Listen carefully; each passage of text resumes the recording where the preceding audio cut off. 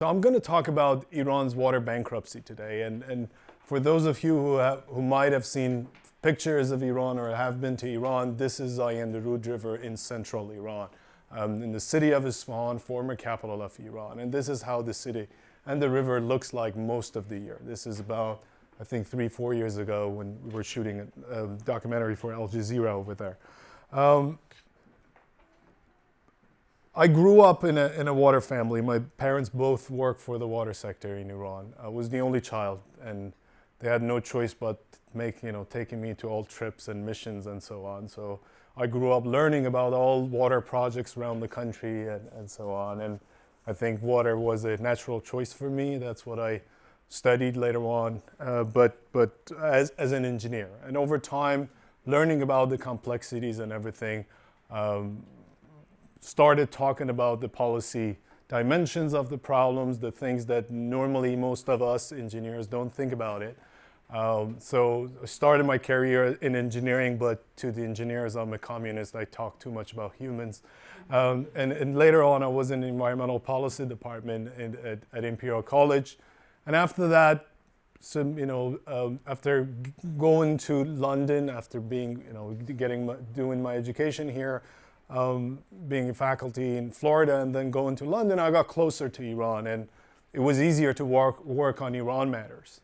And started working more with Iran, interacting more with media people, talking about some problems in Iran which I saw through a different lens. And I think the California case and California education helped me a lot, because a lot of things that I see in the Middle East today are similar to the problems that the Californians in US West have experienced in their development process. They are different in terms of consequences and the capacity of the systems to respond to the problem, but it was good to see that these problems are not unique in the world. These are the things that others have also experienced. Yes, Iran is very unique when it comes to its politics, when it comes to its international relations and so on, but maybe this is a similar problem. Later on, I can tell you why Iran's problems are also unique in water and environmental sector. But that was the reason for interacting more, trying to promote some narratives, try to look at things factual, try to make things apolitical. Because when you talk about Iran's problems, everything becomes political. You have an enemy called the government of the Islamic Republic, and everything must be blamed on this government, no matter what. So then you don't become factual. Your analysis is not deep. It's like this evil which is running everything wrong, and then you forget that environmental problems don't appear overnight. They're like, there's a legacy issue. There are as they appear after decades of bad management and decades of bad decisions. And if you want to understand what is going on, you have to look at the causal relationship of everything. Okay, I said a lot of, I criticized the government a lot, and I said things that many people didn't like. I said that we shouldn't blame climate change for the problems we are seeing. We should blame governments. We should blame engineers. We should blame ourselves for the decisions that we have made.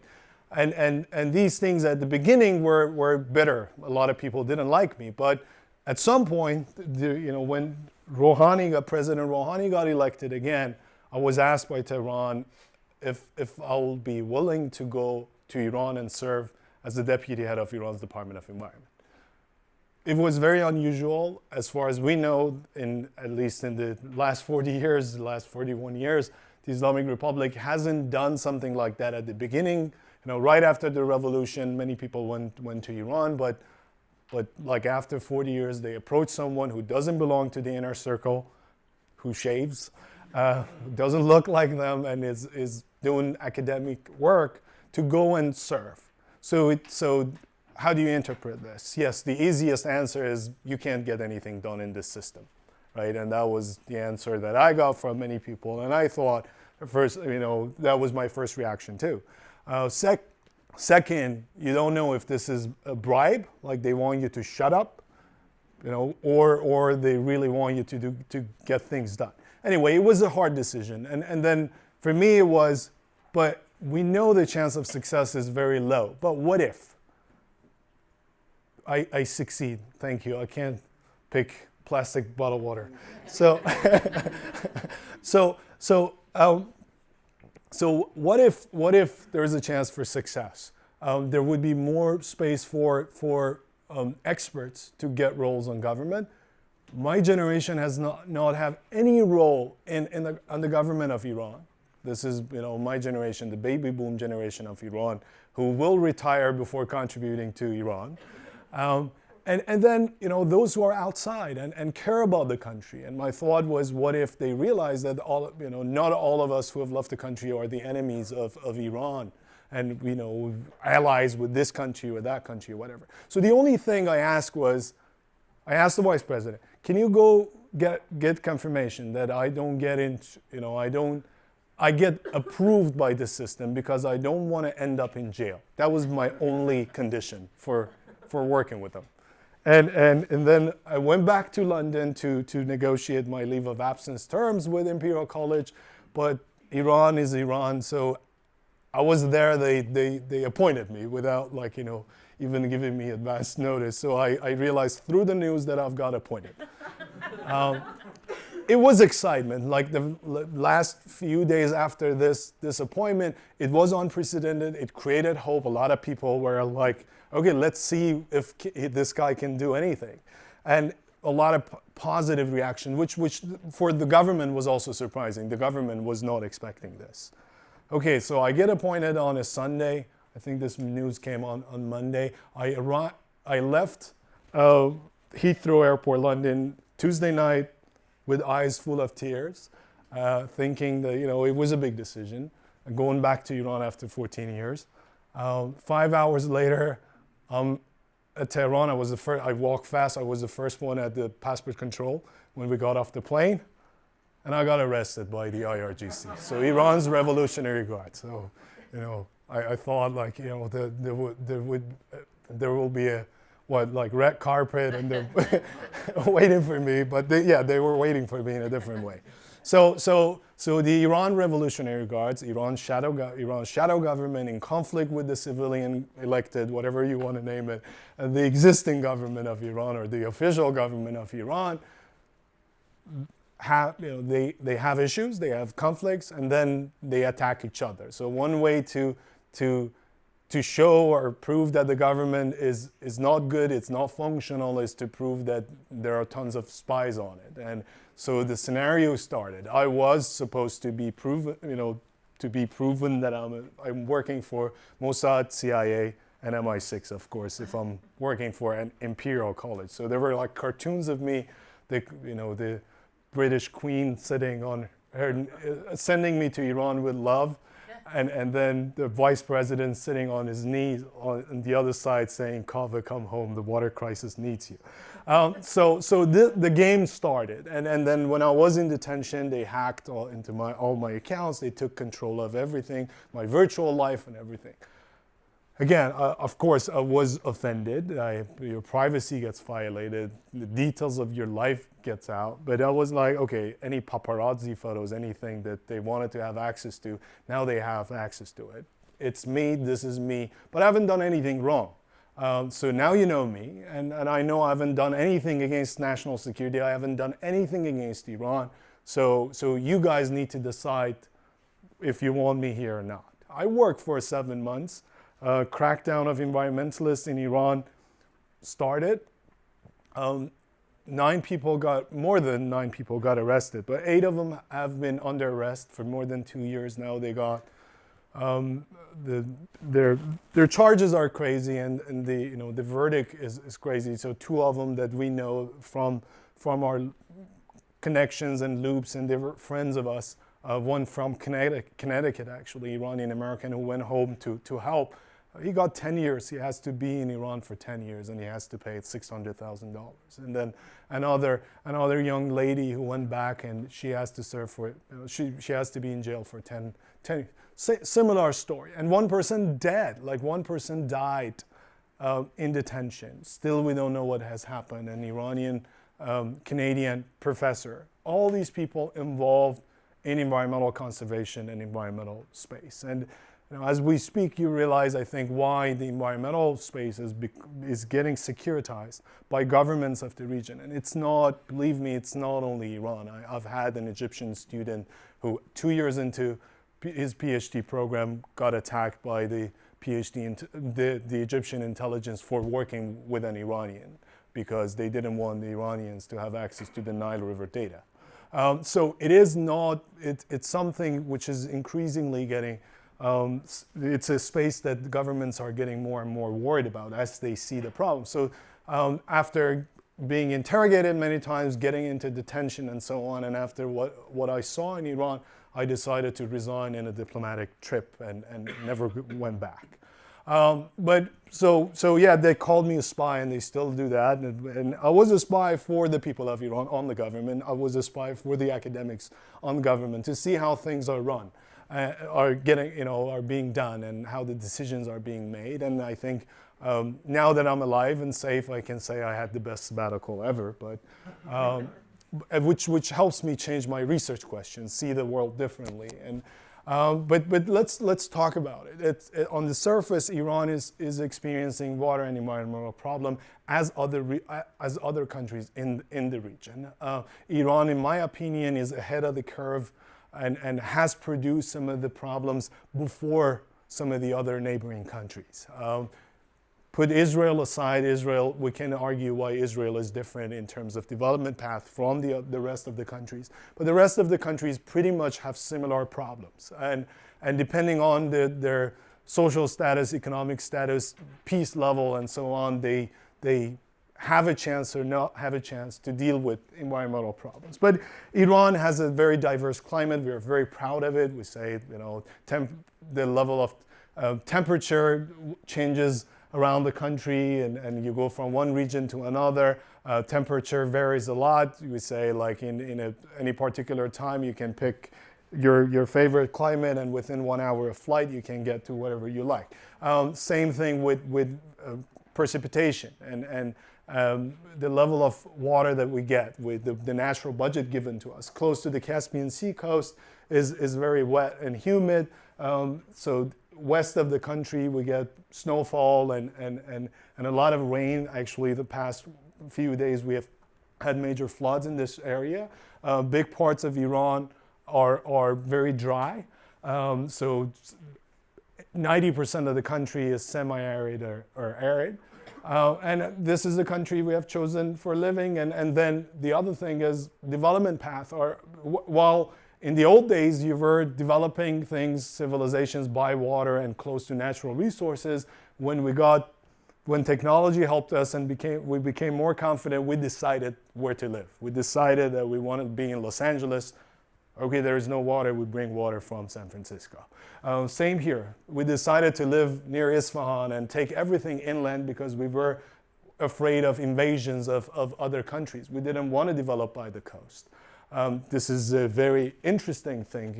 More than 50% of the population in the US live by the coast. But we don't live by our coast, and we have decided to go inland. And if you decide to live in, where there is dry and you want to farm and grow food and run your industry, you need water.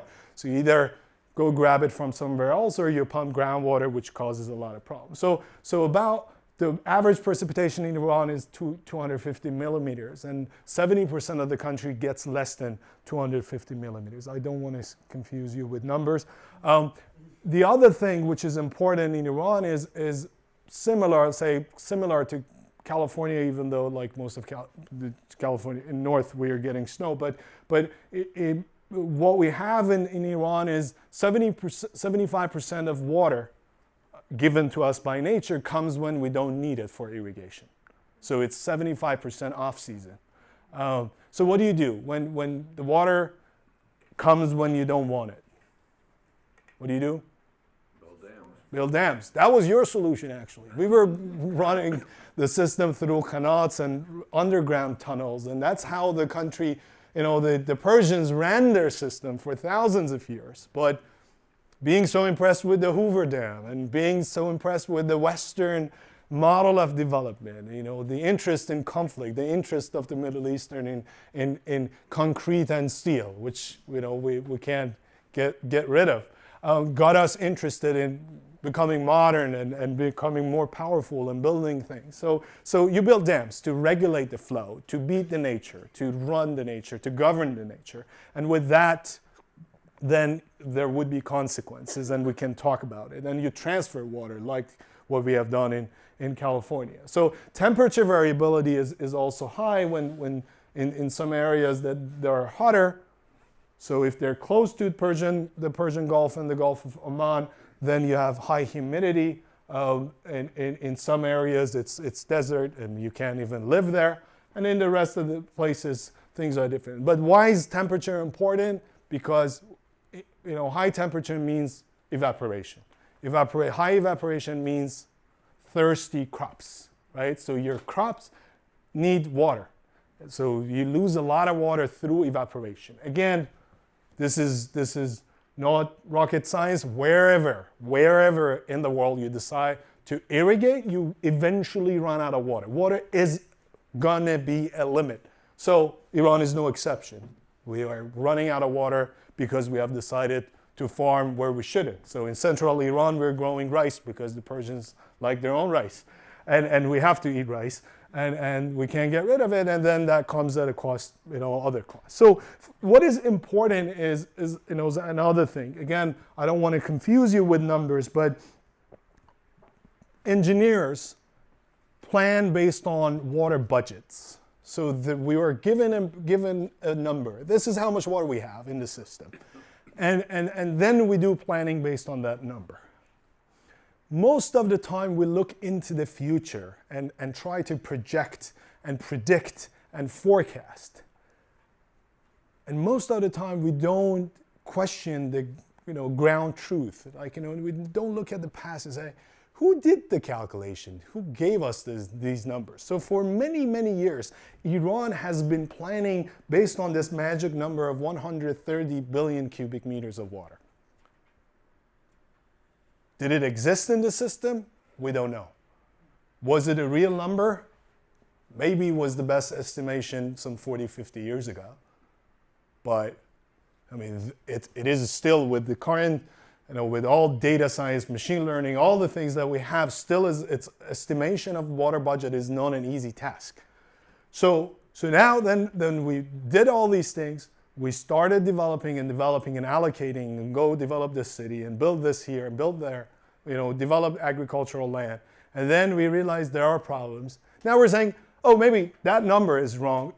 We have about less than 100. We have about 90. We have 70. Still people don't do budget calculations. They just throw numbers because that's the easiest way to explain the problem. And you can say this is because of climate change. That's the easiest solution. And indeed, the Western, I think, attitude, and here in this part of the planet, we like to climatize things. We in a climate change community, environmental community, we want more attention to climate change. We don't have some of the problems that those guys have. So climate change is something. So if there is a flood, there is a snow, any extreme event, we say it's climate change, right? That's what media tells us. That's what you read. Australian fire, climate change. Brazil, fire, climate change. California, fire, climate change. California, drought, climate change. I don't think you can say that easy because it's, yes, there is a guess and you can say climate change might have exacerbated the problem, but you can't say with certainty that this is the result of climate change. And all events cannot be the result of climate change because in the past we have had fluctuations in the nature. Yes, frequency increases, intensity increases. But why is this important? Because as soon as you point things, you identify climate change as the cause, leaders in the developing world love the narrative you sell. They promote it as well, they echo it as well. Why is that good? Because that's a gift to those leaders. Because if you say it's climate change, it means that they're not liable. They didn't do anything wrong. Who created climate change? The developed world. They're the problem. They're the ones causing these problems. So when you go to that part of the world, it's really hard actually to talk about climate change and say climate change is a fact and we have to deal with it. But also, let's not forget that you have made this mistake and that, all these things that you've done. Because if you say that it might not be climate change, then you're a climate change denier. If you say it's all climate change, then you're an apologist for the government. So it is very tricky. When it comes to to drinking water, Iran has very good standards. Now we're hearing stories about pollution in the treated water and clean water that we get from our taps in major cities, as we are seeing, like, EPA a few years ago. We heard about the failures of EPA in many cities in the United States. Water is not clean, and the tap water might not be as clean as we perceive it. I don't think bottled water is any better. Because of the lack of regulation, but still, I think tap water is generally a safer option in most places. But Iran, 99.8% of the urban population have access to clean water, treated water, which is clean, very high standards, sometimes unnecessary, this much of treatment is unnecessary, but these standards have been there.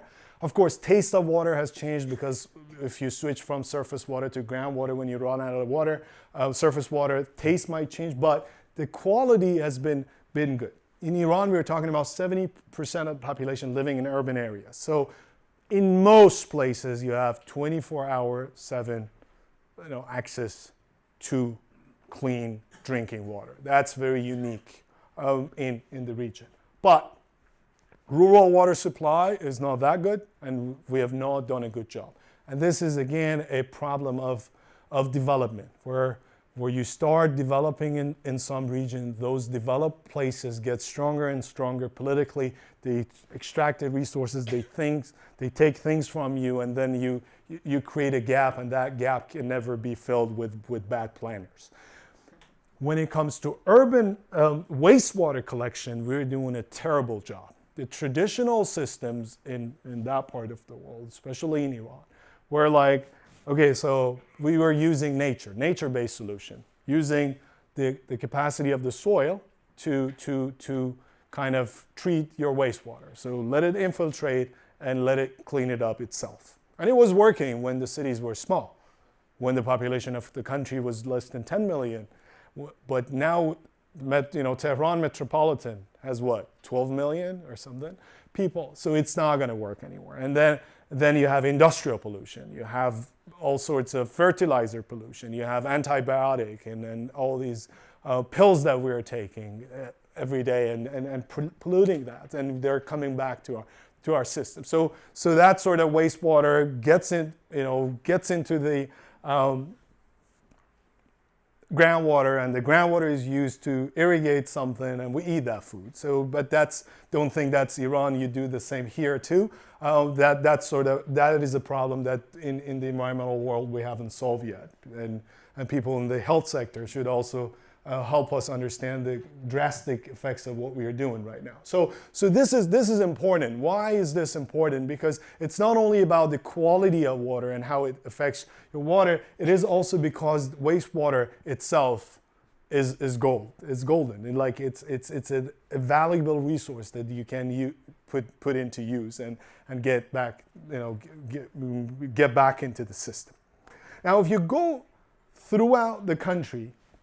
If you go around the country, you see a lot of scenes like this. This is Lake Rumia in northwest Iran, one of the largest hypersaline lakes in the world, and the largest in the Middle East, used to be, right? In a matter of a decade or so, more than a decade, we dried it up almost completely. It's dead. Now, this tragedy is very important I think in the environmental history of Iran, in the modern environmental history of Iran, for several reasons.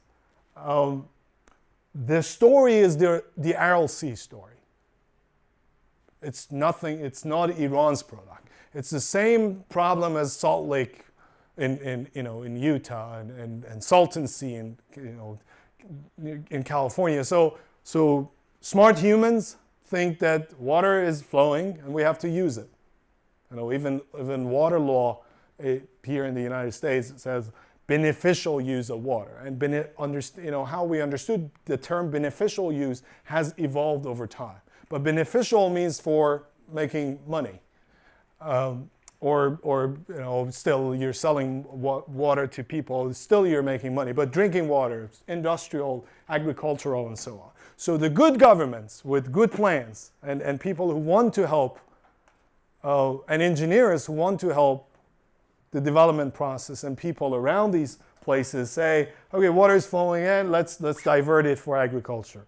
Let's put it in this reservoir. Let's create jobs. Let's give it to people. And then it's not, again, rocket science. If inflow decreases and you have evaporation from these free surfaces, then your wetlands would dry, right? This is a lake. It dried up, that easy. It's a shallow lake and it dried faster.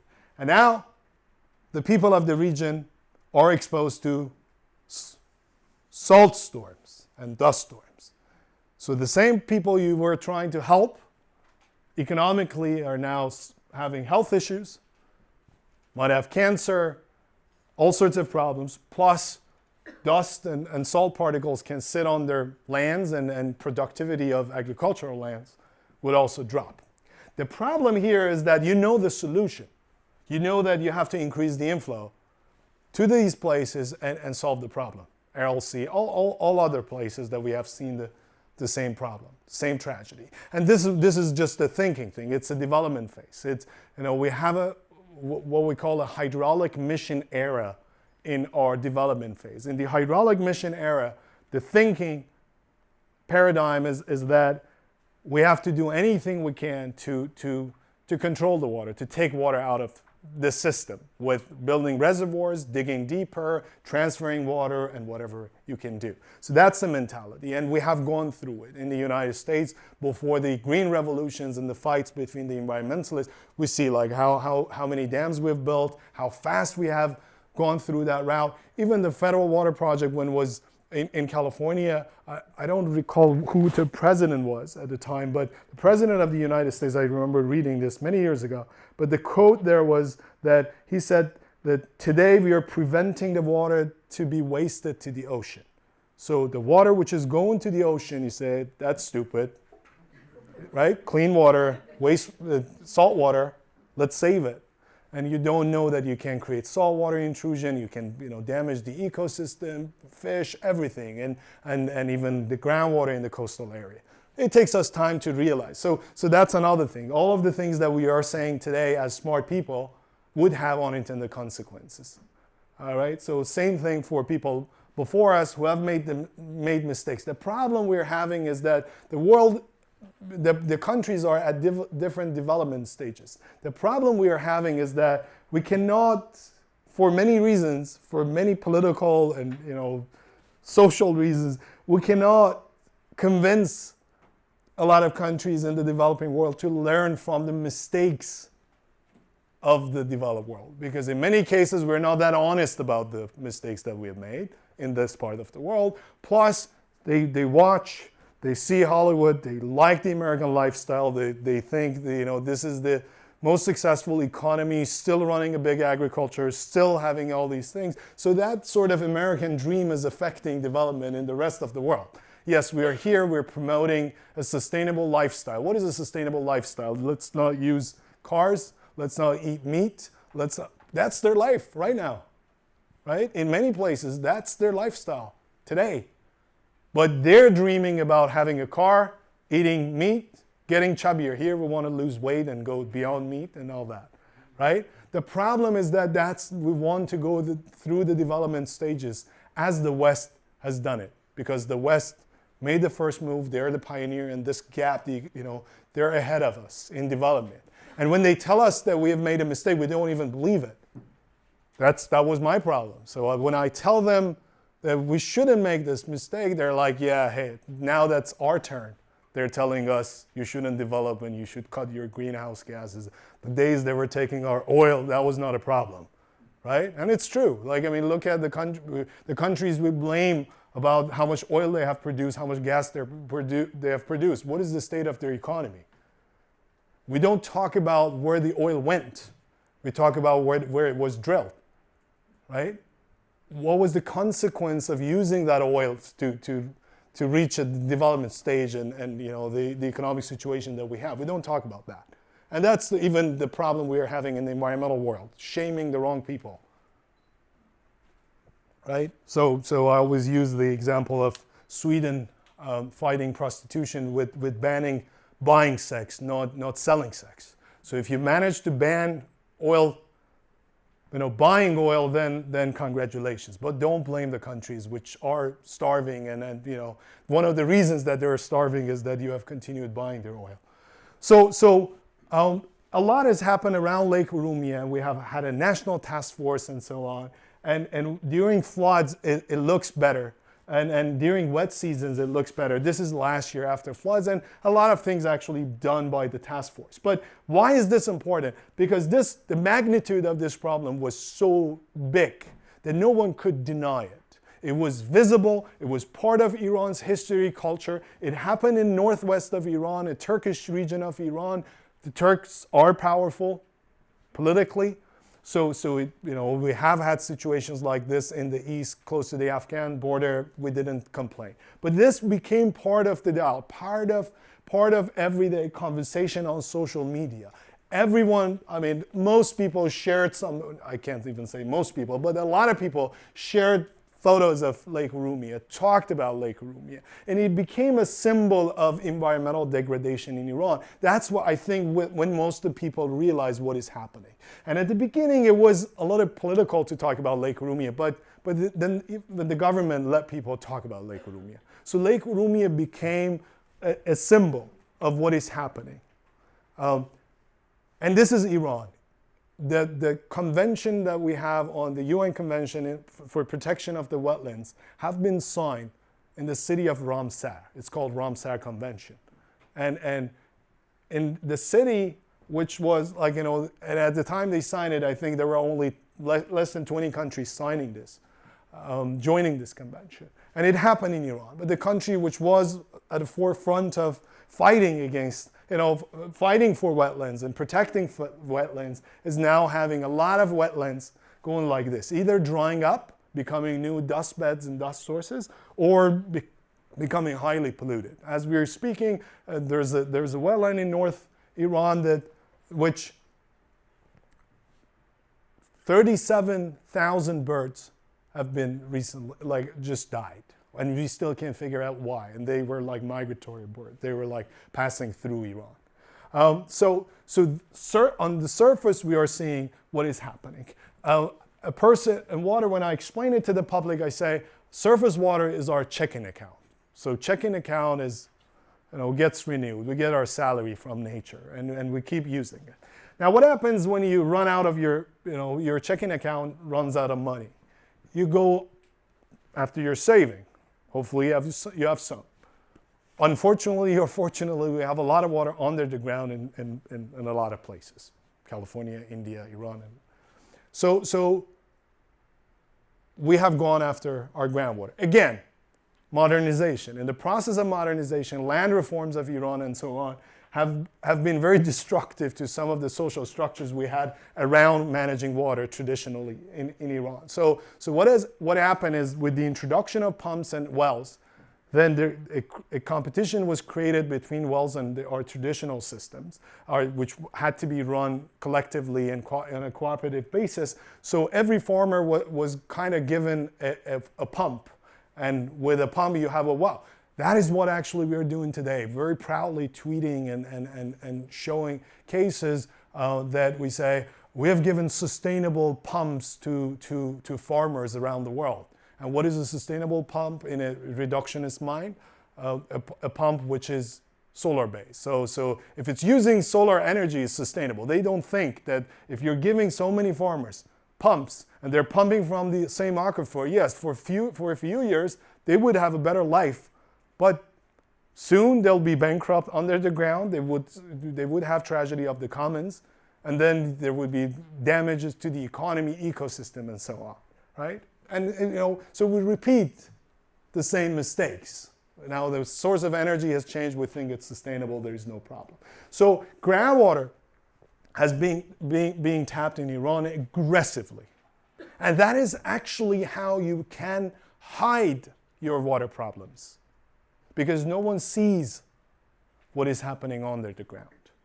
Surface water is obvious. So our reliance on groundwater has increased. Now we're at 60% of our water is coming from groundwater. Groundwater also gets recharged every year, but we are using much more than our annual budget. So there are estimations that about 134 billion cubic meters of water.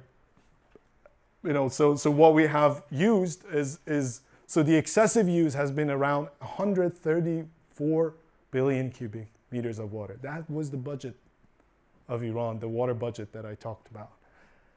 So now, though, the groundwater problem also becomes obvious. First thing is that people don't appreciate this connection, but when your groundwater level goes down, it also affects your surface water. Most people don't understand this and don't realize the connection, and they blame things on climate change on the surface. So there are other impacts, though, which are now becoming more obvious. That's land subsidence. Land subsidence is happening at a drastic rate in Iran. Why is that important? Because you have infrastructure, important infrastructure, gas, electricity, all these things that you've put under the ground. What will happen? And then there are buildings, all the things you have built. You have an airport, you have this. So it's very scary. Again, that's something that many people don't notice. But sinkholes are so big that you can't deny them. So sinkholes is the new, they're the new problem in Iran that we didn't have before. So not like the Californians, like the Floridians who have that problem. But now let's say, if we are in this situation, what are we really experiencing? So surface water, checking account, finish. We've also gone after our saving account. The water that we inherited from our ancestors is also gone. What is this situation to you? The Iranians keep calling it a crisis. So, and I used to do the same, and I wrote articles about a crisis. But at some point, I questioned myself about this. And looking at Iran's news, like everything is the term crisis is being used for almost everything, to the extent that the society has lost sensitivity to it, because we're dealing with a corona crisis, we're dealing with an economic crisis, we're dealing with the Trump crisis, we're dealing with international crisis, political crisis, social crisis, and all these things. And if you have so many crises, then can you really call them a crisis? What is a crisis? When I read about a crisis is an extreme situation which happens in the system, but then when it happens, it brings all the forces together to address that extreme situation. Am I seeing that in Iran? No. And then crisis has a limited term. In that period, you have a chance to address the problem and fix part of the system and restore part of the system, or you would completely fail. Then I go around Iran and I see all these problems around the country, and I'm wondering if I can fix them or not. And as I was saying, the solution is easy. I know that I have to give more water to the Aral Sea and Lake Rumia and all these wetlands. Why can't I do it, even when I have floods? Because then I have defined implemented all these development projects. People have jobs, people have houses, people have bought land. So the very same people who are mad at you for drying up the Lake Rumia are now willing to give up their water to save the lake. It's easy to sit down and blame. But so you have the legacy issues. Once you develop, and then you cannot really go backward in development. That is the problem of the environmental world. That is the problem of the policymakers in the developments, in the environmental space. Because in the environmental space, there is no immediate reward. No one gets rewarded. No policymaker can really get rewarded for a good action on the environment. Whatever you do is against the immediate benefits of the people. You raise prices, people don't like it.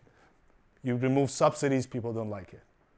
Right? And if your economy is not strong, you can't do those things. If you're politically not strong, you can't do those things. So Iran raised the price of gasoline recently.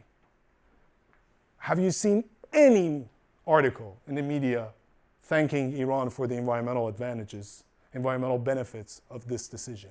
No, because what we saw was chaos, and then we don't trust the system. People have lost their faith in the system, and no one cares about the environmental benefits of this. If you're starving, if you're having problems, and Iran is not, people are not, the situation in Iran is not as bad as Iraq, is not as bad as Yemen, is not as bad as many other countries in the region. But the environment is a secondary thing. So whatever you do has a penalty for you as a policymaker. The benefits would be seen in a decade or so, would be obvious in a decade or so when you're out of office, dead, or in jail in that part of the world. So why would you do that? When I know that the stock market signals can get me votes, when I know that keeping jobs in certain industries would buy me votes, when I know that farmers are the ones actually have bought their votes forever and support forever in most of the region. You don't want to mess with the farmers. So you can't really do anything. You're locked. So you go around the country and you see all these problems around the country, increasing conflicts, sinkholes, and so on. So I started this concept of bankruptcy and arguing in the same way. So that, checking account, saving account, and not only we have used these, we have also used our credit cards because we have allocated water to people and we have spent the money that we don't have. Like we have written checks and given to people, but we don't have that much water. And why is that important? Because by this argument, my main point was that we have failed. The crisis is over. We're past that stage. In a crisis mode, there is a chance to restore the system to an extent. We can restore many of these things, and we have to admit that we have failed. A bankrupt person, you can file for bankruptcy and tell all the creditors about it and go negotiate any deal you can. Or you can go get more loans with high interest and deny the fact that you have got bankrupt. If you deny this fact, the cost of mitigation and adaptation keeps increasing. And that's what we are doing. We are denying reality, as we did in the case of coronavirus. We denied reality. Then we say, oh, yes, there are a few numbers, and your numbers don't match the rest of the world, right? And then it becomes chaotic, and it's too late to address it properly. So proactively, essentially, we can't address most of environmental problems. We wait for a crisis to come, then there is a window of opportunity. As a policymaker, if you use it, you can take action. If not, the window of opportunity is closed. And it's really hard to deal with water problems. You have drought, then floods, and people get confused. Like, didn't you say we don't have enough water? But you have so much water that you couldn't even control it, right? So then it becomes harder and harder to deal with this bankruptcy problem. But why is bankruptcy important? Because a bankrupt person knows that besides mitigation, he or she needs to also put efforts in adaptation, to reminding people that this might be our new normal, our new reality. This is what we are facing. We made wrong analysis and we had a wrong perception. Now that I hope you believe that Iran is bankrupt, let's talk about some causes. So why is Iran in this situation? I think there are three main causes, and recognizing these causes are important because many of these, as the rest of the environmental problems in that part of the region, are not related to those who are running the environmental sector and water sector. The causes of environmental and water problems in most of the Middle East is political economy. The way they run their economies. It's not about food, it's not about agriculture, it's about jobs. It's about survival. It's about maintaining the status quo. Now, one reason for this is the obvious reason, it still actually gets denied, and I have got criticized for talking about this problem, that okay, population of Iran increased, right? Before, in the 19th century, we were less than 10 million, right? After that, then development, growth, and so you can protect your system, better health system, and so on. So 1961, 24 million. Before the revolution, around 1979 revolution, around 36, 7 million. In a matter of 2 decades, right after the revolution, we doubled the population. Ideology, also, I think it also depended on the age levels and so on, so the distribution of age groups, but also strong ideology. I'm the only child, by the way, but lots of big families. And so that was chaos, and it created a chaos for my generation, actually. We had, issues with, like, babies didn't have dry milk and all those issues started there. Then there was not enough seat for us at schools. They had to run schools in, 2-3 shifts, and then 3 of us sitting at a small desk, and then they have to train teachers. They started this school for training teachers, so trying to keep up with this boom. And then as we go forward, we are having this problem. Then my generation reaches the university entrance exam, which is like one of the biggest things in the lives of Iranian, where you end up going and what you study. And then we didn't have enough seats in the university, so we created a lot of universities. We trained a lot of professors. And then these people graduate, they have to get a job. There is no job, we continue studying. So a lot of us, we have become scientists and got PhDs by force, not by choice, because there was no job. But and then, if you go look at the government documents in 10 years ago, still they were for the year 2021, they were using 100 million as the estimate. That was what they were planning for, but that was never realized. Why? Yes, the educational things and all those things matter too, but there's also, our generation who doesn't gets married late, doesn't want to reproduce. We have no jobs. We're hopeless. We want to migrate. We want to get out of the country. So that also affects the system. So this is, the limit to growth thing that people would stop giving birth if they're not in a good situation also. So now the government has stopped birth, control plans and all these things because they want to increase the population. Their argument is that our generation, as I said, we retire before doing any work, but we don't have any backup generation. And that is a scary thing for any government. But can you really, handle more population? So how's that affecting? So, your water. So if your population increases, your water availability decreases per capita, right? But more important than the number of population is where your population lives. You remember the discussion about variability of temperature and water availability and all those that I said at the beginning. That is extremely important. Bad development, uneven development in Iran, lots of things being affected by politics, have created a few number of metropolitans, huge metropolitans for us, 6, 7, 8 cities that we go to. We don't have enough small and medium-sized cities. So we have big capitals of power where people go to for jobs and better life. And in management science, we call this a success to the successful paradigm.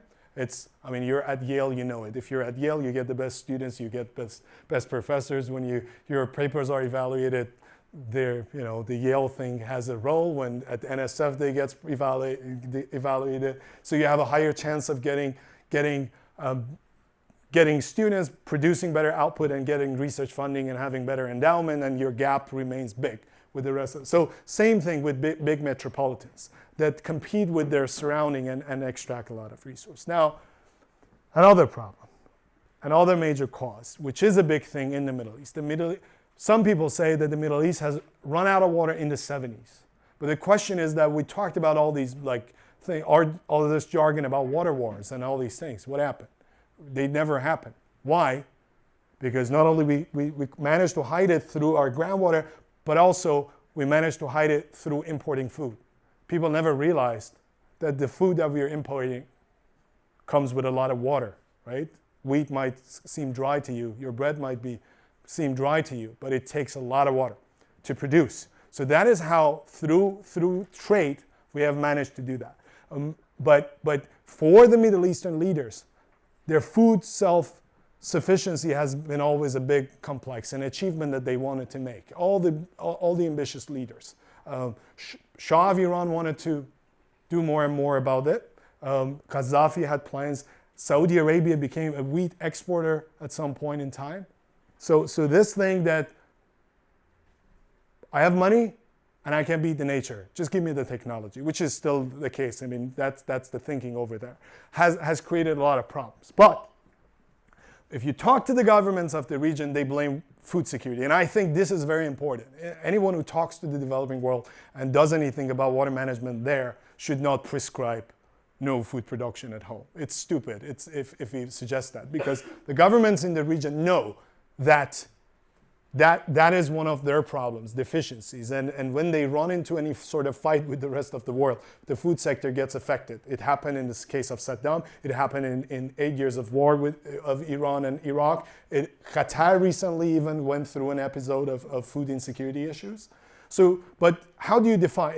Do you go for food self-sufficiency, everything at home, or you define food security in a different way? So the Iranians, if you look at their statistics, they have done an acceptable job, and for example, for wheat and cereal, they can do much better than this if they caught some sort of unnecessary crops in Iran, which they have not been interested in doing. But if you talk to the governments, they say, we want food security. And if you look at the definition of food security, the understanding of the concept of food security is different from one silo to another. If you move from one silo to another or one community to another. FAO, it's all about like nutrition and access, affordability, and so on. But to a policymaker, that's not the case. To an intelligence agent, that's not the case. So the agricultural sector's contribution to the economy was about 33%. Now this is down to 10%. Is this a good thing or a bad thing? Do you know?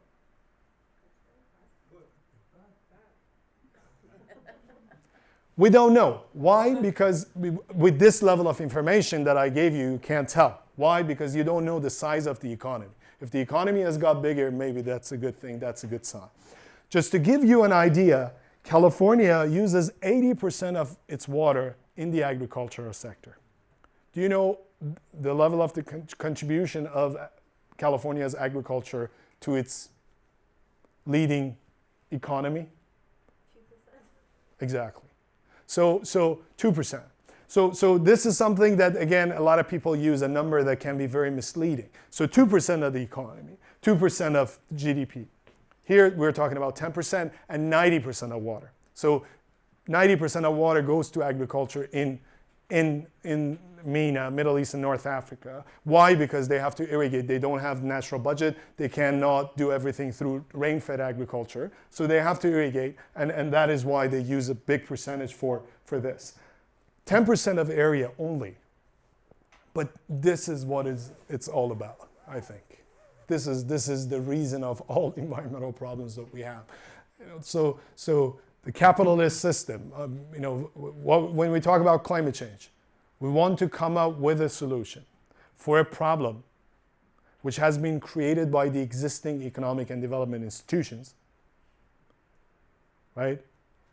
And we want the condition for that solution to be workable and practical is that it should be, we say, we want it to be economically justified. So we want the same institutions which created an unprecedented problem to solve the problem they created. It doesn't work that way. It won't work, right?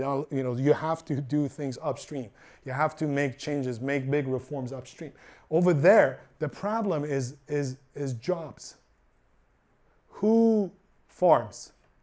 The weakest sector of the economy, mostly. Yes, we have wealthy farmers too, but mostly the farmers in that part of the world, they're not subsistence farmers in the traditional way, like, or smallholder farmers like Africa, but, and then how do they do it? Before the revolution, after the revolution, Iran has never had plans. So you take your money out of your oil, right? You sell your oil, you take your money, and then you subsidize another sector. Essentially, you bribe them, you shut them up, right? You keep them busy, let them farm, because you don't have alternative jobs. And the easiest development path is like, and all these countries do that, is they go through this development stage of agricultural development. That's the first thing you do. It's the easiest thing. Then it comes with a lot of construction, a lot of projects, engineering projects, so lots of jobs in construction, build dam construction, doing this. So that's the easy path forward, and that's something that many countries have practiced, and most strong economies have gone through the agricultural development stage. Again, we look at them and we want to repeat it. We don't want to replicate Singapore or South Korea. We go after other countries. But this is the problem. And now it becomes much harder to deal with the problem when your economy is under pressure, when you're in a sanctioned mode and your economy is not doing good, and you're not thinking about, your problems are about today. Like in Iran, it's all about crisis management. It's about day-to-day management. I think Iran, except for its intelligence and military sector, has not been really proactive in any other sector.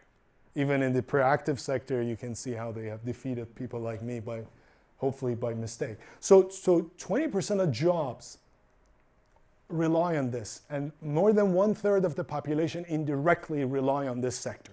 And this is a heavily subsidized sector. You give your water almost for free.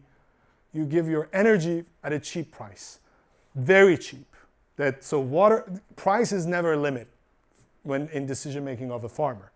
So water level goes down, everyone knows it. Tragedy of the commons, everyone knows it. We dig deeper, we keep going down. And we keep digging deeper and deeper. What is the consequence? As the government, I have to pay subsidies more and more, because once the water level drops, the amount of energy we need to pump water out increases. So I need to produce more energy, more greenhouse gas emissions, but also have to give more subsidies. And then if you think about it, it's like I'm giving you money to destroy the natural resources. That's what we are doing. But if I do that, you feel busy. If you have no jobs, then you're in pain, right? Plus, this is a sector that I heavily rely on. If Iran loses the support of this sector, I don't think the Islamic Republic would survive with losing that sector. This sector voted in recent election, regardless of what was happening, regardless of all the things happening in the rest of it.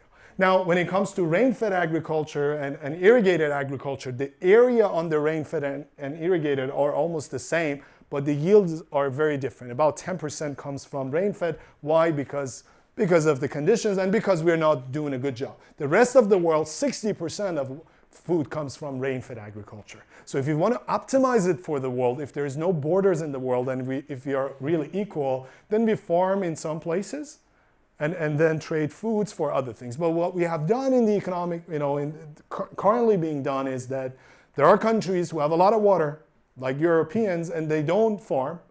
They sell service and industry at an expensive price, and they buy cheap food from Africa, from the developing world. Farmers are dying committing suicide in India, running out of water, losing their jobs, committing suicide. We talk about it, but we are enjoying our Indian rice also, right? We buy that and we enjoy it. But it's not going to be an optimal trade, and it's not a fair trade, because water is underpriced. Food is also underpriced in the world. Food is the product of the water sector. It's the main product of the water sector. And as long as food is cheap, there is no way we can do anything in the water sector. And then the third cause being mismanagement. So the two that I talked about are not really, in the authority of the water sector people. They didn't determine the population growth plans, development plans, and so on. They didn't. Even when it comes to how to run the economy. Can you diversify your economy? If you can't create jobs, in the industrial sector, service sector, so many young and talented and educated Iranians there, we're not using them. Because there is another sector, another group of people which are scary. And I've discussed it actually with the government. I said, listen, however I calculate this, game theory, like whatever I use, I come to a conclusion that empowering the farmers is the solution to Iran's water problems, environmental problems. You have to give more role to these people. You have to make this sector competitive. You have to raise the prices, and get them involved in management. They do the best job. But My conspiracy theory is that you don't want to do it because if they're in power, they might not like you anymore, right? Do you want to do that? Do you want to commit suicide? And I think, again, another paradox that we have in government. So this is not the number of wells in Iran. These are the number of dams in Iran. So you suppress a nation. So I said mismanagement and thirst for development. Our thirst for development started before the revolution. Many of the projects that we implemented after the revolution were planned before the revolution. Unfortunately, in the fights that we have with the Islamic Republic, we don't tell the truth. We simply say, oh, we only have 13 dams before the revolution, and now we have so many dams. No one says that if there was no revolution, how many dams would have been built, right? And then it's like, you have the other side also, right? You know, the Islamic Republic comes and say, there were only this many dams before the revolution, and we have built so much. And it's like, okay, yeah, there was no mobile, you know, we didn't have 4G before the revolution, and you have it. Can you get credit for it? But so the thirst for development, the price of oil goes up, Iran becomes more powerful, they want to become one of the top 10 economies in a few years, building and developing and going through the structural route. And that, if you think it was only the Shah of Iran, look at what is happening in Saudi, look at what has happened in United Arab Emirates. United Arab Emirates wasn't under sanctions, it didn't have the problems that the Iranians have. Still within a decade, we built a city like Dubai, which has water problems, which has air pollution, which has traffic. They had the best world consultants at their disposal, they had money, they had no sanctions. All the smart people were doing business there. Look at the situation, because the mentality still is there. If you feel more insecure, you go for, you know, you want to show that you can do it, right? So we wanted to show to the world that we could do it.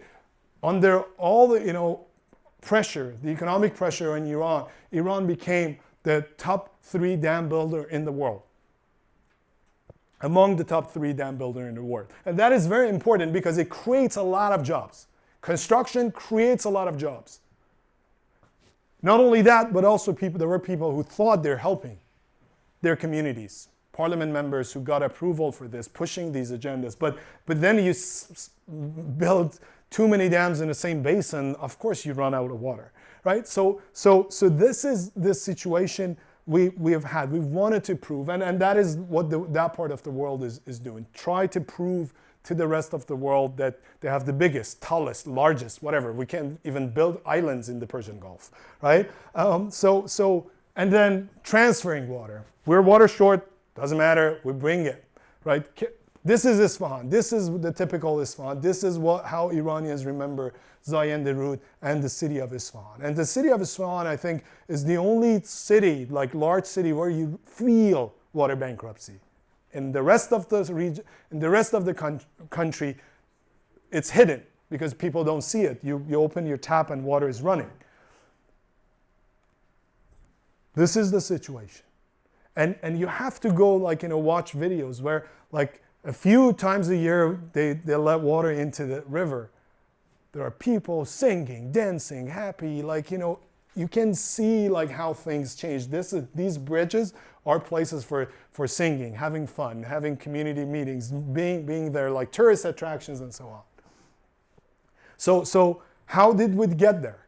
This is my research, which I can say proudly, like, it's being extensively used in fights against water transfer projects in Iran these days by the environmental groups and a lot of people even in the water sector. That, okay, we looked at our engineering solution to water shortage, whether through digging deeper, building dams, transferring water, desalinating, whatever. What we try to do is address water scarcity. I'm scarce, interbasin water transfer, digging deeper, whatever I can do, and now it's like taking water out of air. So I try to increase my supply. That's my authority. That's my space. That's my operation space. I'm being asked to solve this problem. I'm a water engineer. That's my solution. Invention, and then coming up, doing calculations, hydraulics, equations, and that's my solution. I don't think about another problem, which is promoting development in a region where you shouldn't have really development. You promote development in Isfahan, in Zayende-Rud, which is heavily industrialized, heavy agriculture, high population. More people keep coming. California, In Los Angeles, we have the exact same problem. 2/3 of water in California comes from the Sacramento-San Joaquin Delta. We run the water through the Central Valley, heavy agriculture. Then we get to Southern California, people are having golf courses and all that. And people keep migrating there because of beautiful weather and all the Hollywood advertisement, right? So then what can you ask people to move out? Silicon Valley, the same thing. Silicon Valley is more of a new development in California. Same thing. So because we think that technology can address our problem and we don't consider the socio-economic dimension. So if we promote development, that increases our water demand and the problem keeps coming back. You have infection in your body that's causing a headache, you take a Tylenol. So your pain goes away for a few hours, it comes back, you take another Tylenol. So you keep doing this, the infection keeps getting worse because you need antibiotic, but you're taking Tylenol. You're addressing the symptom, not the cause. So yes, the easiest solution to all our environmental problems is don't give birth, stop population growth, and adopt children. How many environmental campaigns do you see who talk about adopting children? We don't. There are certain things that we don't talk about because we're not honest, sorry. So we address the symptom, not the cause. And then same thing, irrigation efficiency. This is like, we all, and about Israel. Israel has increased its irrigation efficiency and then they did a good job in many things. The stories we hear about Israel are all positive. The water situation in Israel is not as positive as we think. There are lots of problems that we don't talk about, lots of things that we are seeing, and a lot of people who are fighting against the problems there that I know at least one person who had to leave the country. So similar things over there. But irrigation efficiency improvement in the same way has affected the problem. So people thought that if they switch to drip irrigation, it is helpful. And it is helpful because you reduce your evaporative losses. So Iran's irrigation efficiency right now is about 35%. But the water that you lose, how do you lose it? You lose it as a farmer, but some of it gets evaporated. A big part of it gets infiltrated. It goes into the ground and it goes into your surface water. When you increase irrigation efficiency, you lose your recharge. So FAO did a study 3 years ago, saying that wherever we have done irrigation efficiency improvement, governments around the world have invested heavily in this. We have increased water use, we have lost our recharge, and farmers are not stupid, so they're gonna they have more water, so they either expand their land or farming area or change their crops. They go for a thirstier crop. So another solution that can backfire. But that's our mode of operation. So we have other things like inefficient structure and very hierarchical. And when you have very hierarchical systems, then you have corruption because from top to bottom there are tons of things. There are middlemen and all these things. So there are opportunities for corruption. People lose their faith in system. People want to take advantage of the system, and then corruption becomes increasingly problematic. And then our boundaries water authority boundaries don't match our water basins, which is another problem that we have around the world. Conflicts and cooperation coexist. We have the same thing in Iran. Water wars, yes, politicians talk about high-level water wars, but the reality is that the real water wars are at the farm level. Farmers in the history have killed each other for water, and as water becomes more scarce, you see more problems at the farming level between farmer communities, and that is very scary. But I didn't talk about climate change.